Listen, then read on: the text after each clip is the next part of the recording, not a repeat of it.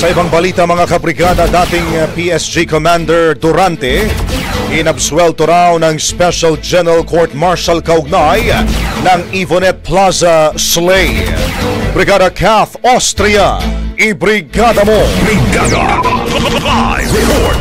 Inabsuelto ng Special General Court Martial ang dating commander ng Presidential Security Group ng nagdaang Pangulong Rodrigo Duterte kaugnay ng pagpatay sa negosyanteng si Evonet Chua Plaza noong 2022. Ayon kay Philippine Army spokesperson Colonel Louis Di Maala, iginagalang nilang desisyong inilabas ng Court Martial sa pag-akwit kay Brigadier General Jesus Durante III at 4 na iba pa, habang 3 naman ang hinatulang guilty sa kaso, kabilang ang gunmen na sina Sergeant Delphine Cialza Jr. at Corporal Adrian Cachero.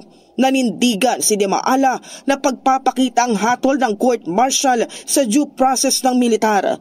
Malalang binaril si Plaza ng riding in tandem sa labas ng tinutuluyan niyang bahay sa Davao City, kung saan si General Durante na dating commander ng 101st Infantry Brigade ay nadawit bilang utak umano ng krimen.